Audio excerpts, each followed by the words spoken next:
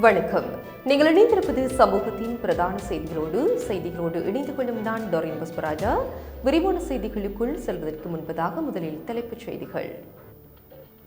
October வரையில் கொளுத்தி எடுக்கப் போகும் கத்திரி வெயில் எல்னினோ எச்சரிக்கையால் அதிரும் இலங்கை.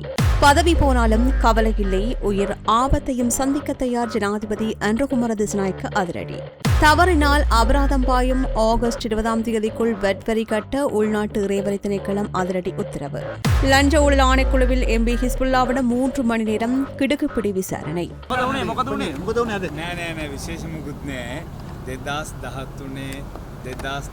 කාලයේදී මගේ පුද්ගලිකයේ නිලධාරියා ස්ටාෆ් එකනට සල්ලි වාගේ ඩිපොසිට් කරලා දෙන මගේ பாதாள உலகப் போர் 7 முறை நெஞ்சில் சுடப்பட்ட பெக்கோ சமனின் தாயார் பலி, கொலையாளிகளின் பைக் சிக்கியது. கை கட்டியது வாய் கட்டவில்லை, அறுவடைக்கு 1 மாதமே உள்ள நிலையில் நீரின்றி கருகிய 25 ஏக்கர் நெற்பயிர்கள். தண்ணி இல்லாமல் போய்த்துட்டு அதனால் இதுக்கான நிவாரணத்தை வேண்டி நாங்கள் நிவாரணத்துக்கு வேண்டி கேட்டு கொண்டிருக்கின்றோம். ஆனால் எந்த விதமான அரசாங்கம் எந்த விதமான நடவடிக்கையோ அரசாங்க அதிகாரிகளோ பார்க்க இல்லை. நள்ளிரவில் அரங்கேறும் மணல் கொள்ளை, பாழாகும் வயல் நிலங்கள், பழைய முகமாலி விவசாயிகள் கொந்தளிப்பு.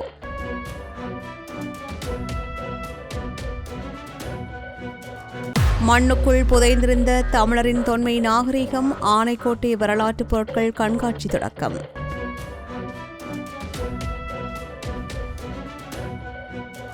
நான்கு வயது சிறுமியை நடுரோட்டில் தவிக்கவிட்டு சென்ற ஆட்டோ, பத்துகாமத்தில் அதிர்ச்சி சம்பவம். உலகிற்கு புதிய அச்சுறுத்தல், வரலாற்றிலேயே மிக கொடூரமான எபோலா பரவல், உலக சுகாதார அமைப்பு அதிரடி எச்சரிக்கை. அவை எமது தலைப்புச் செய்திகள். இனி தொடர்பான விரிவான செய்திகள்.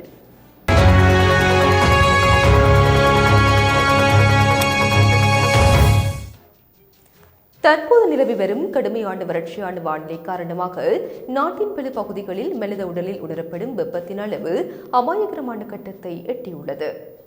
இந்த தகைக்கும் வெப்பநிலை உடனடியாக குறையப் போவதில்லை என்றும், போதுமான மழை பொழிவை நாம் அக்டோபர் மாதத்தில் தான் எதிர்பார்க்க முடியும் என்றும் வானிலை ஆய்வு மையத்தின் கணிப்பு பிரிவின் பணிப்பாளர் மெரில் மெண்டிஸ் அதிரடி தகவலை வெளியிட்டுள்ளார்.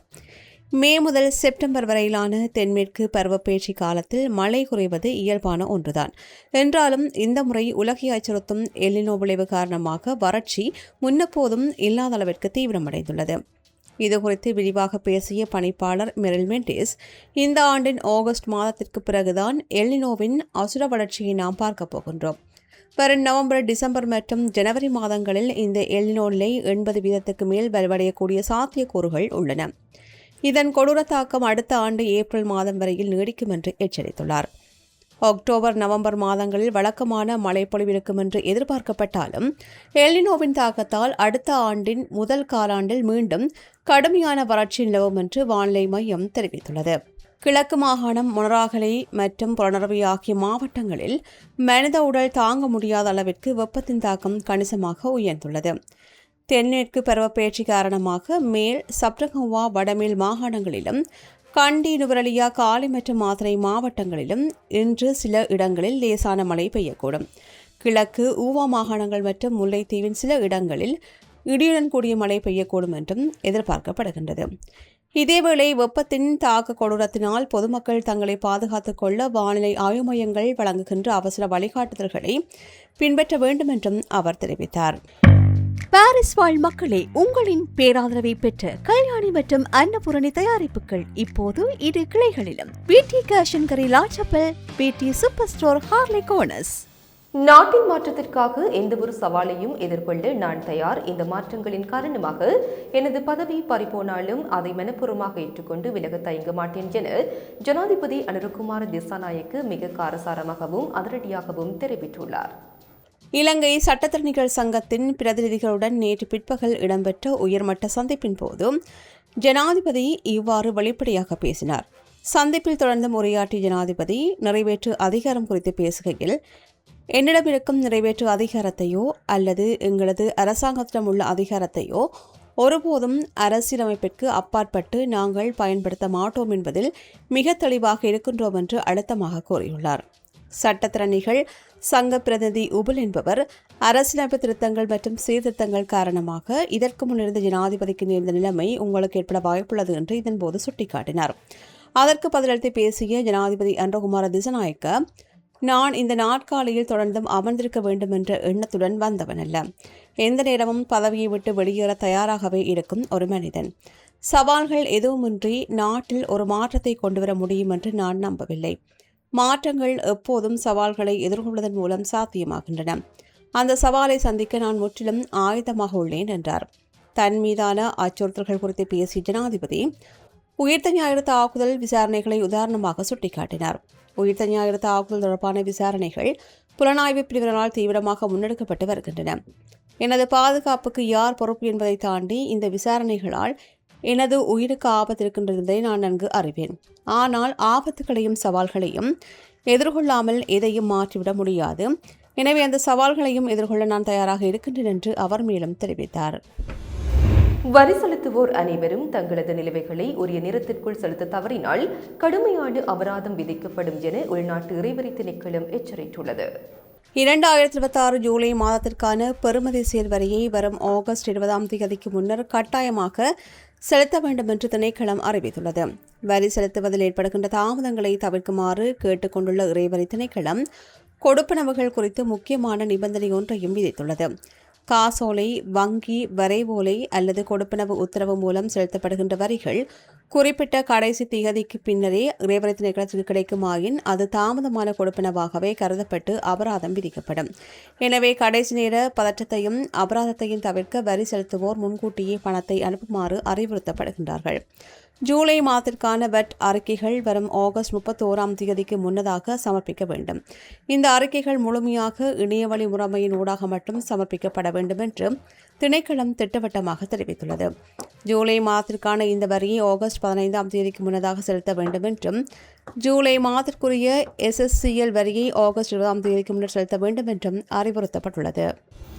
ஸ்ரீலங்கா முஸ்லிம் காங்கிரசின் பாராளுமன்ற உறுப்பினர் MLA கிஸ்புல்லாவிடம் லஞ்சம் அல்லது ஊழல் பற்றிய குற்றச்சாட்டுக்களை புலனாய்வு செய்வதற்கான ஆணைக்குழுவின் அதிகாரிகள் சுமார் 3 மணி நேரத்திற்கு மேலாக தீவிர விசாரணை நடத்தி வாக்குமூலம் பதிவு செய்துள்ளனர்.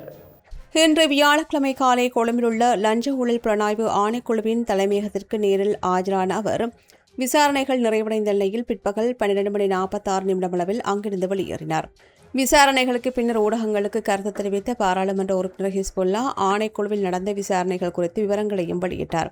கடந்த 2013 மற்றும் 2014ஆம் ஆண்டு காலப்பகுதியில் தனது தனிப்பட்ட உத்தியோகத்தர் ஒருவரின் வங்கிக் கணக்கிற்கு எனது சொந்த நிதியிலிருந்து சில பண பரிமாற்றங்களை செய்திருந்தேன்.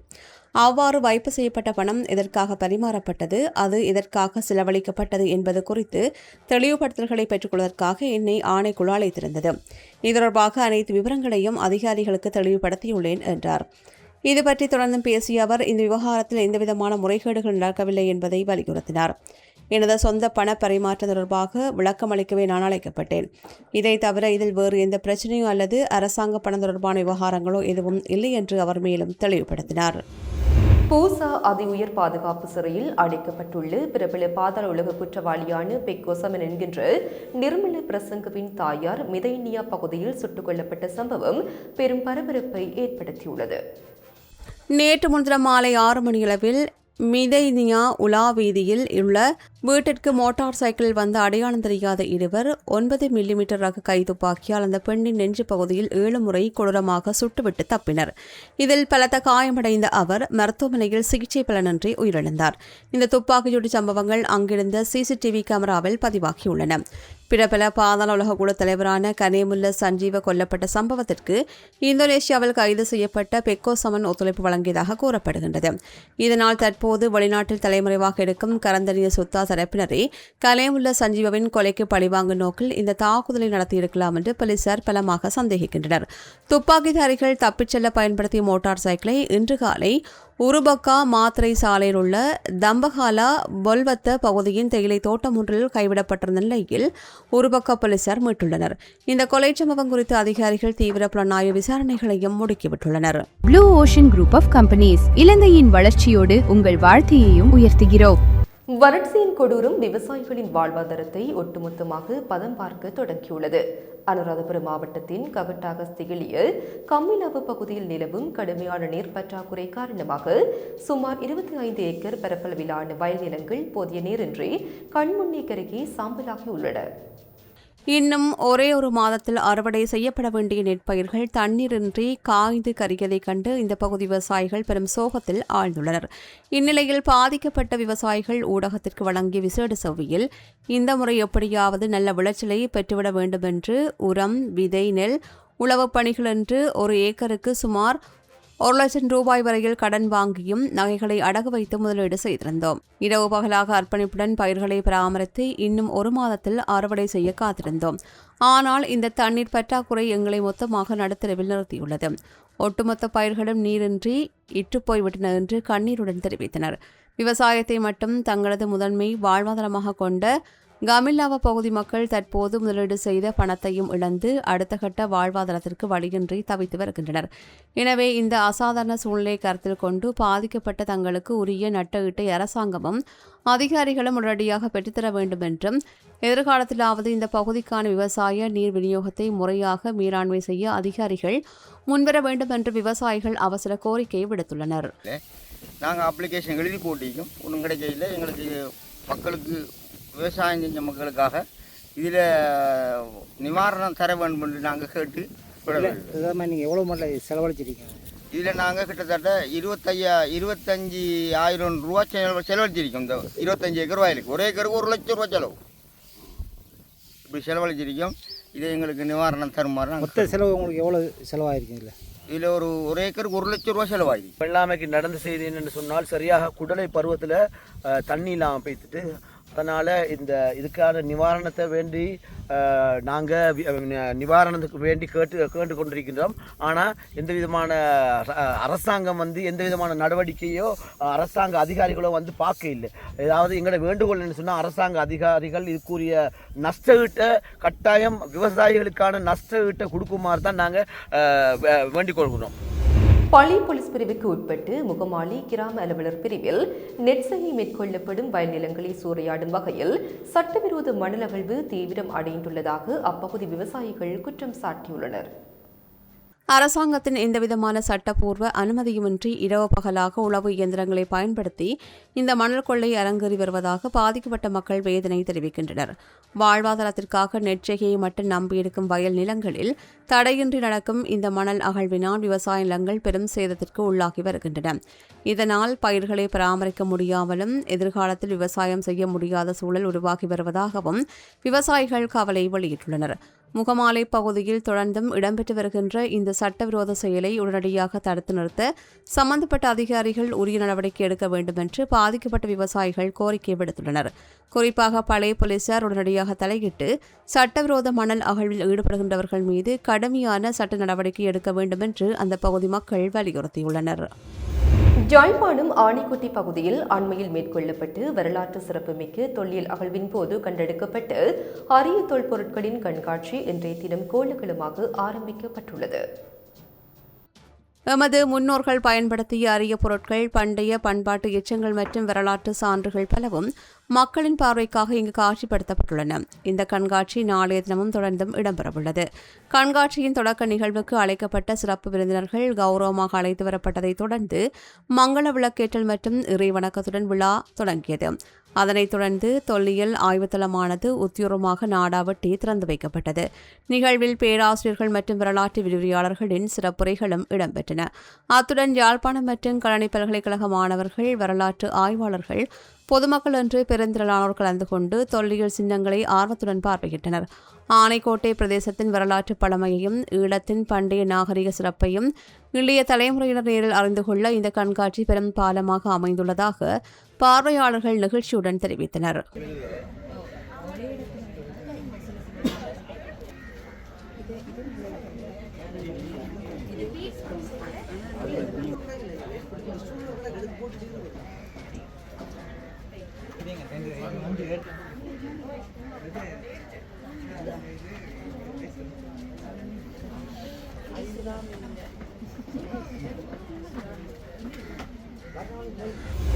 வத்துகாமம் போலீஸ் பிரிவுக்கு உட்பட்டு ஜடிராவணி பகுதியில் சுமார் 4 வயது மதிக்கத்தக்க பிஞ்சு சிறுமியொருவர் அதிகாலையில் வீதியோரத்தில் அனாதரவாக கைவிடப்பட்ட நிலையில் மீட்கப்பட்டுள்ள சம்பவம் அப்பகுதியில் பெரும் சோகத்தையும் கொந்தளிப்பையும் ஏற்படுத்தியுள்ளது.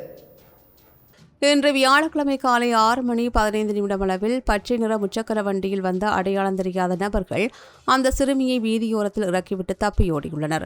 அதிகாலை பணியில் அந்த பிஞ்சு சிறுமி பயத்தில் கதறி எழுத சத்தத்தை கேட்டு ஓடி வந்த அந்த பகுதி மக்கள் அதிர்ச்சியடைந்து உடனடியாக போலீஸ் அவசர பிரிவுக்கு தகவல் வழங்கினர். தகவல் கிடைத்ததும் வத்துகாமம் போலீசார் விரைந்து வந்து சிறுமியை மீட்டு தங்களது பாதுகாப்பின் கீழ் கொண்டு வந்தனர். முதற்கட்டமாக வத்துகாமம் வைத்தியசாலையில் அனுமதிக்கப்பட்ட சிறுமி மேலதிக சிகிச்சை மற்றும் பரிசோதனைகளுக்காக கண்டி தேசிய வைத்தியசாலைக்கு மாற்றப்பட்டார். நெஞ்சை பதற வைக்கும் இந்த விவரமாக அந்த சிறுமியின் உடலில் தொடர்ச்சியாக துன்புறுத்தப்பட்டதற்கான பல காயங்களும் வடுக்களும் காணப்படுவதாக போலீசார் தெரிவித்தனர். இதுகுறித்து விரிவான மருத்துவ அறிக்கையை பெறவும் போலீசார் நடவடிக்கை எடுத்துள்ளனர். வறுமை அல்லது குடும்ப தகராறு காரணமாக பெற்றோரை இந்த சிறுமியை சித்திரவதை செய்து வீதியில் வீசி சென்றிருக்கலாம் என்று போலீசார் பலமாக சந்தேகிக்கின்றமை குறிப்பிடத்தக்கது. தப்பியோடிய பச்சை நிற முச்சக்கர வண்டியை அடையாளம் காணவும் இந்த துரோகத்தை செய்தவர்களை கைது செய்யவும் வத்துகாமம் போலீசார் விசேட தேடுதல் வேட்டையை தீவிரப்படுத்தியுள்ளனர். ராயல்டி என்ஜினியரிங் வழங்கும் நவீன அடுக்குமாடி குடியிருப்புகள் இப்போது விற்பனைக்கு. Colombo 6 Wellawatte bus line hall ரோட்டுக்கு மிக அருகாமையில். யாழ்ப்பாணம் கைதடி பகுதியில் இலங்கை ராணுவத்தினரால் சுட்டுக் கொல்லப்பட்டு கூட்டுறவு பணியாளர்கள் மற்றும் பொதுமக்களின் 42வது ஆண்டு நினைவேந்தல் நிகழ்வு இன்று உணர்வுபூர்வமாக இடம்பெற்றது. கைதடி சந்தி பகுதியில் அமைக்கப்பட்டுள்ள நினைவு தூபியின் அருகில் 1-2 பொதுமக்கள் மற்றும் இறந்தவர்களின் உறவினர்கள் சுடரேற்றி மலர் தூவி தங்களது ஆழ்ந்த அஞ்சலியை செலுத்தினர். கடந்த 1984 ஆண்டு ஆகஸ்ட் மாதம் 13ஆம் தேதியன்று தென்மராட்சி மேற்கு கைதடி பலநோக்கு கூட்டுறவு சங்க அலுவலகத்தில் பணியாற்றி வந்த கூட்டுறவு பணியாளர்கள் மற்றும் அங்கிருந்த பொதுமக்கள் என்று 10 பேர் இலங்கை இராணுவத்தினரால் சுட்டுக் கொல்லப்பட்டனர். தமிழர் தாயக பகுதியில் இடம்பெற்ற இந்த அதிர்ச்சி படுகொலை சம்பவத்தில் உயிரிழந்தவர்களை நினைவு கூறுகின்ற முகமாக கடந்த 2018ஆம் ஆண்டு கைதடி சந்தையில் நினைவு தூவியொன்று அமைக்கப்பட்டது. அதனைத் தொடர்ந்து ஆண்டுதோறும் ஆகஸ்ட் 13ஆம் தேதியன்று இங்கு நினைவேந்தல் நிகழ்வுகள் தொடர்ச்சியாக நடத்தப்பட்டு வருகின்றன. இன்றைய அஞ்சலி நிகழ்வில் கூட்டுறவு பணியாளர்கள், படுகொலை செய்யப்பட்டவர்களின் குடும்ப உறுப்பினர்கள், உறவினர்கள் மற்றும் அந்த பகுதி பொதுமக்கள் என்று பெருந்திரளானோர் கலந்து கொண்டு உயிர் தியாகம் செய்தவர்களுக்கு தங்கள் கண்ணீர் அஞ்சலியை செலுத்தினர். இந்த தூவியினுடைய நினைவு இதில் முன்னெடுக்கப்பட்டது. 1984ஆம் ஆண்டு 13ஆம் தேதி இந்த ரோட்டில் ஏற்பட்ட ஒரு சம்பவத்தின் காரணமாக அன்று இந்த பல்நோக்கு கூட்டுறவு சங்கத்திலே பணியாற்றி கொண்டிருந்த பணியாளர்களும் இந்த கிராமத்தைச் சேர்ந்த இன்னும் பலர் இதில் படுகொலை செய்யப்பட்டவர்கள். அந்த நிகழ்வு நீண்ட காலமாக நாங்கள் இந்த பல்நோக்கு கூட்டுறவு சங்கத்தினுடைய பணியாளர் ஒன்று சேர்ந்து அதை சிறப்பாக நடத்தி வந்தார்கள். காங்கோ ஜனநாயக குடியரசில் அதிவேகமாக பரவி வரும் எபோலா நோய் தொற்று மனிதகுல வரலாற்றிலேயே இதுவரை கண்டிராத மிகப்பெரிய கொடிய பேரழிவாக மாறும் அபாய கட்டத்தை எட்டியுள்ளதாக உலக சுகாதார அமைப்பு அதனுடைய எச்சரிக்கை விடுத்துள்ளது. இதுகுறித்து பேசிய உலக சுகாதார அமைப்பின் தலைமை இயக்குநர் ரெட்ரோஸ் ஆதோனம், தற்போது பரவிவருகின்ற எபோலா வைரஸ் சுகாதார அதிகாரிகள் கட்டுப்படுத்துகின்ற வேகத்தை விட பல மடங்கு வேகமாக பரவி வருவதாக தகவலை வெளியிட்டார். கடந்த 2014 முதல் 2016 வரை மேற்கு ஆப்பிரிக்காவில் பரவிய எபோலா வைரஸ் 28,000 பேரை பாதித்து 11,000க்கும் மேற்பட்ட உயிர்களை பலிவாங்கியது இதுவரையில் உலக வரலாற்றில் மிக கொடிய பரவலாக கருதப்படுகின்றது. ஆனால் தற்போதைய காங்கோ எபோலா பரவலானது பாதிக்கப்பட்ட சமூகங்களையும் சென்றடைவதற்கான சர்வதேச அணுகல் உடனடியாக மேம்படவில்லை என்றால் அந்த பழைய மரண எண்ணிக்கையை விஞ்சும் பாதையில் சென்று கொண்டிருப்பதாக அதிகாரிகள் எச்சரித்துள்ளார்கள். கிழக்கு ஹாங்கோவில் இதுவரையில் 4,300க்கும் மேற்பட்டோர் பாதிக்கப்பட்டுள்ள நிலையில் 2,000க்கும் அதிகமானோர் உயிரிழந்துள்ளார்கள். நெஞ்சை பதற வைக்கும் விவரமாக தற்போது பரவி வருகின்ற எபோலா வைரஸானது இதுவரையில் எந்த ஒரு தடுப்பூசியோ அல்லது மருத்துவ சிகிச்சையோ கண்டுபிடிக்கப்படாத மிக அரிதான ஃபுண்டி பிக்கேயா என்ற ஆபத்தான வைரஸ் திரிபாகும். மரபணு வரிசைப்படுத்தல் ஆய்வுகளின்படி கடந்த மே மாதம் 15ஆம் தேதியன்றுதான் இந்த நோய் அதிகாரப்பூர்வமாக அறிவிக்கப்பட்ட போதிலும் அதற்கு முன்பே பிப்ரவரி மாதத்திலேயே இந்த வைரஸ் ரகசியமாக பரவ தொடங்கிவிட்டது கண்டறியப்பட்டுள்ளது. ஹாங்கோவின் எல்லை பகுதிகளான தெற்கு சூடான், உகாண்டா மற்றும் ருவாண்டா ஆகிய நாடுகளுக்கு அருகே தொடர்ந்தும் நிலை வருகின்ற ஆயுத குழுக்களின் மோதல்கள் காரணமாக மருத்துவ குழுக்கள் அந்த பகுதிகளுக்கு செல்ல முடியாமல் தவித்து வருகின்றன. இது தவிர பலவீனமான மருத்துவ உள்கட்டமைப்பு மற்றும் போதிய வளங்கள் இல்லாத மருத்துவமனைகள் காரணமாகவும் மீட்புப் பணிகள் முற்றாக முடங்கியுள்ளமை குறிப்பிடத்தக்கது. இந்நிலையில் இதுகுறித்து பேசிய உலக சுகாதார அமைப்பின் அவசர எச்சரிக்கை பிரிவின் இயக்குனர், எங்களது மிதமான கணிப்பின்படி இந்த இபோலா பரவலானது இன்னும் 6 மாதங்களுக்குள் அதன் உச்சத்தை அடையும் என்றும், ஒருவேளை நிலைமை இன்னும் மோசமடைந்தால் இந்த தவிப்பு 9 முதல் 12 மாதங்கள் வரையில் நீடிக்கக்கூடும் என்றும் தெரிவித்துள்ளார். இத்துடன் சமூகத்தின் பிரதான செய்திகள் நிறைவு பெறுகின்றன. தொடர்ந்தும் சமூகத்தோடு இணைந்திருங்கள். இது போன்ற செய்திகளை தெரிந்து கொள்ள சமூகம் நியூஸ் சேனலை சப்ஸ்கிரைப் செய்து அருகில் உள்ள பெல் பட்டனை கிளிக் செய்யுங்கள். மேலும் இது போன்ற செய்திகளை உடனுக்குடன் தெரிந்து கொள்ள சமூகமீடியா.com என்ற இணையதளத்தின் வாயிலாகவும் எங்களுடன் இணைந்திருங்கள்.